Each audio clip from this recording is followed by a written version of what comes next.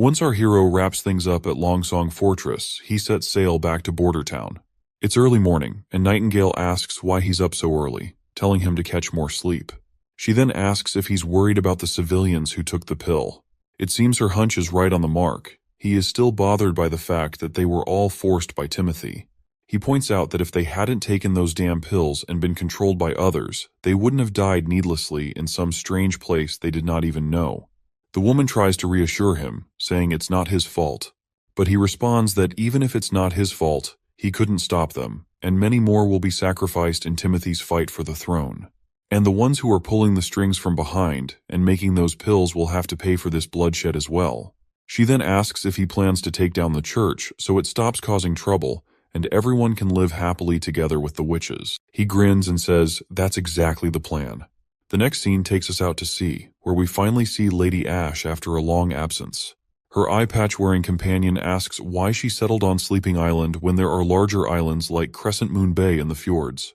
Not to mention, Sleeping Island sometimes submerges once the tides are high. Ash reminds him that not many people are interested in bumping into witches, and further explains that while Sleeping Island will eventually sink, that's why it's still empty despite being the third largest in the fjords. But the man states that size doesn't matter if it's unlivable, to which she reminds him that since witches can tweak nature itself, she's not sweating it. They'll make it their own territory, away from the oppression of the church. She then asks the old man when was the last time he went to Sleeping Island. He says it was around a month ago when he brought a group of witches to plant a full field of pearl rice there. He recalls how playful and wonderful they all were. Suddenly, another sailor spots something nearby and alerts the captain. It looks like a giant boulder, but it's massive in size. The captain finds it hard to believe since the only landmass nearby is Sleeping Island. It doesn't make sense for there to be boulders out here. But the report insists his eyes aren't deceiving him.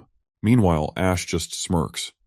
By now, we know who's behind this. When the captain sees it for himself, he's utterly baffled. Sleeping Island has risen higher. Ash reminds him that this is what she meant about witches tinkering with nature. As we finally arrive over this island land, the witches rush out, with one particularly enthusiastic witch named Honey leading the charge. A girl with green eyes tells her to simmer down. Outside, the two witches suddenly notice something. When they turn around, the green-eyed girl quickly uses her abilities and recognizes that they're here. Ash is back. Once the ship reaches the shore, Sister Molly is the first to greet Lady Ash, and Our Lady promptly gives the little girl a pat on the head for her politeness.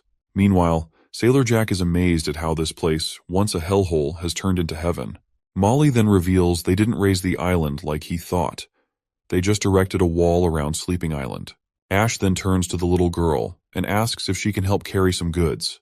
The girl gets excited and summons her water blob, which immediately picks up the boxes and starts walking with everyone else. Jack gives a middle finger to his nervous companions, who are scared of witches, reminding them that even if they combine their strength, they can't compare to Molly's little water blob. They invite Molly to join them, but the little girl bluntly declines. After finally reaching the heart of the island, Ash feels like she's back home at last. The captain is also completely amazed to see this transformation. He can't believe they've turned the island into a fortress. Inside, the place isn't flooded even during high tide, and the captain is pretty sure they're living below sea level right now. He points out two docks, one on the seafloor and another at the water's surface.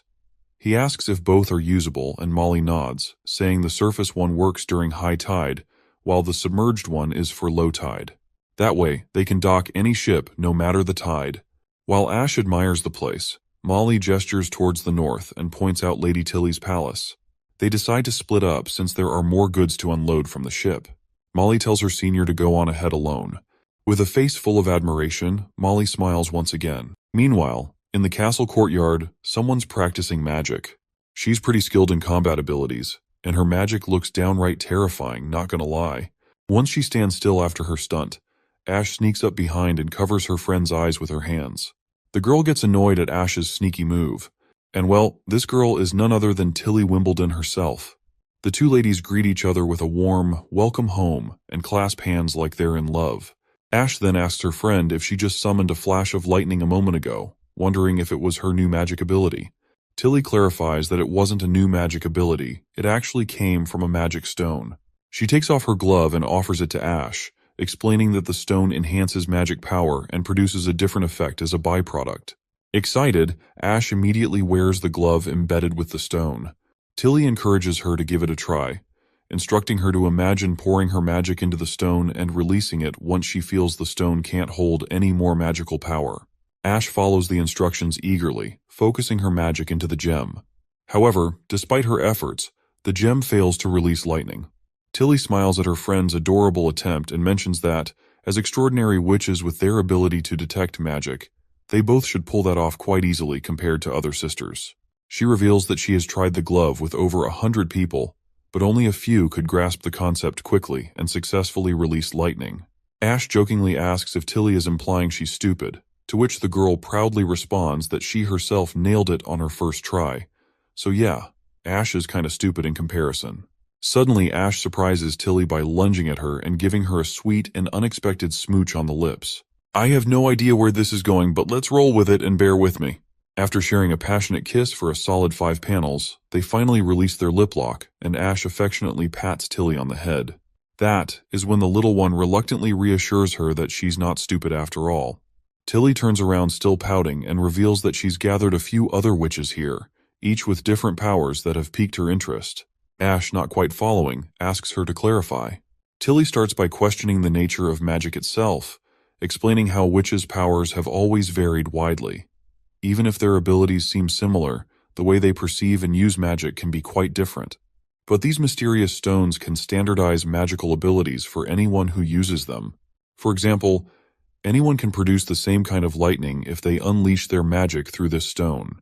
She speculates that magic might be this all-powerful energy, and witches can tap into only one of its forms.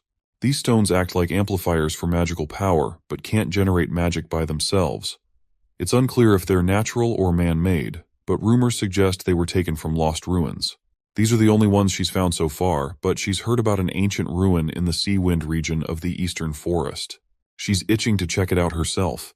Lady Ash spills that before she sailed off from Clearwater Port, she heard that Garcia Wimbledon's Black Sail Fleet is on the move, heading for the Seawind region, which is Timothy's turf.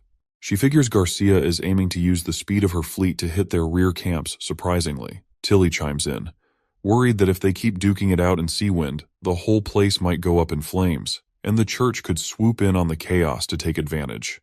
She's afraid that without Grey Castle united under one ruler, it'll end up like the Kingdom of Everwinter, swallowed whole by the church.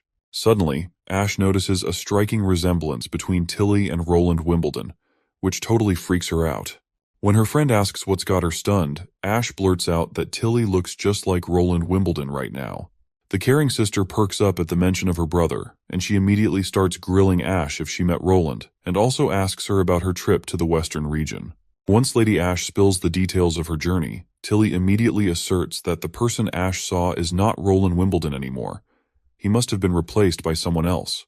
With a serious tone, she suggests that if Roland is gathering a lot of witches, either the witches are controlling him or one of them has taken on his appearance, pretending to be him. She argues that the knowledge and intellect he's displaying couldn't have come from the court mentors. Tilly reveals that her brother was always terrible at lying, so it's impossible for him to hide his true nature. The current person can't be her stupid, annoying brother, but still, he is her brother.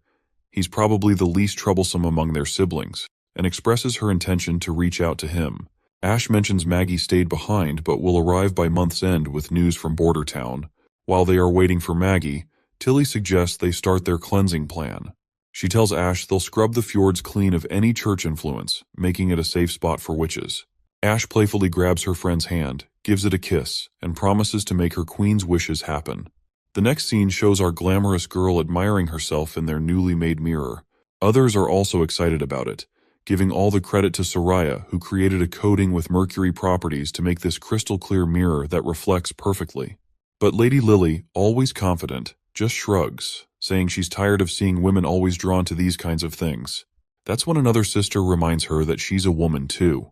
Lily sighs and admits she is, but she points out her own lack of humanity's biggest weapons, gesturing at Wendy, who is standing nearby. Hummingbird finally understands what her friend is talking about, especially after seeing her own flat chest. While she hides behind Lily, she expresses her desire to have her hooters as huge as Sister Wendy's. Meanwhile, we also see Anna and the prince together again, this time tinkering with a microscope. The prince encourages Anna to give it a try. As Anna peers into the microscope, she's initially shocked to see something moving in the water, and a closer look reveals lots of little bugs swimming around. Everyone else gathers around, equally amazed to see what's going on. Maggie, on the other hand, is horrified and declares she won't drink water if it means consuming those creepy bugs she just saw. Lady Scroll questions if these creatures are real, prompting Prince to dive into a nerdy explanation about protists or unicellular organisms. He explains that they're living creatures, and there are even smaller ones like bacteria and viruses that also exist in water. Meanwhile, Nightingale, who always bunked her science classes, starts drinking the same contaminated water. She spits it out immediately when someone shouts that they're actually swallowing a bunch of bugs while drinking. As Sister Lily peers through the microscope, she's all curious about where Prince is picking up all these weird facts.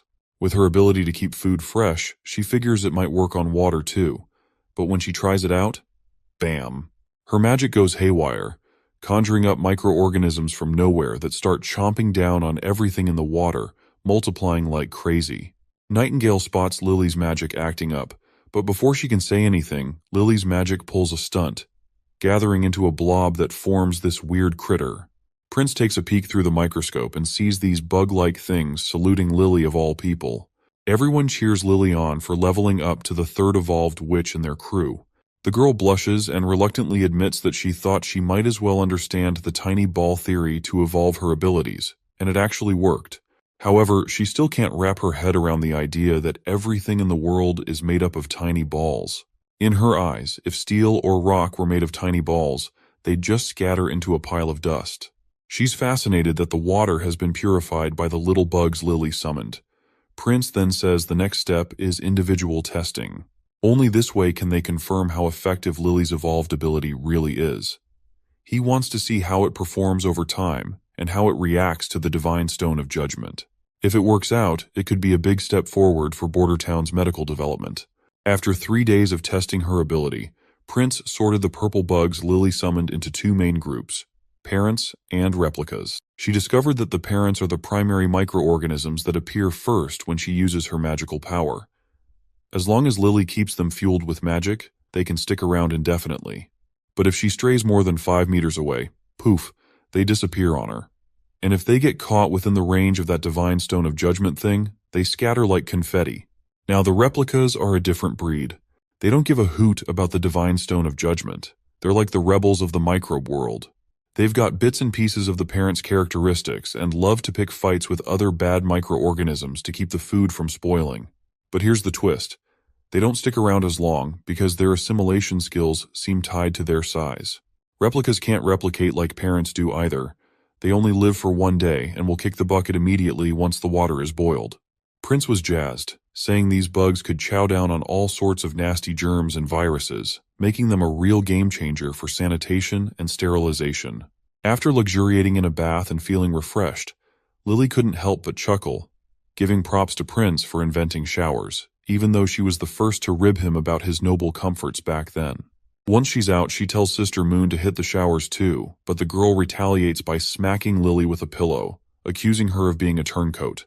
Lily's baffled by her friend's sudden attack, prompting Moon to remind her about how she scoffed at the tiny ball theory yet still evolved a new ability.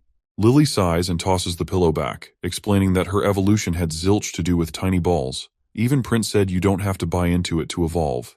Moon lights up with relief, asking timidly what she should do to understand her own ability, especially since her magnetic field powers are invisible and intangible. Lily shrugs, admitting she's clueless too.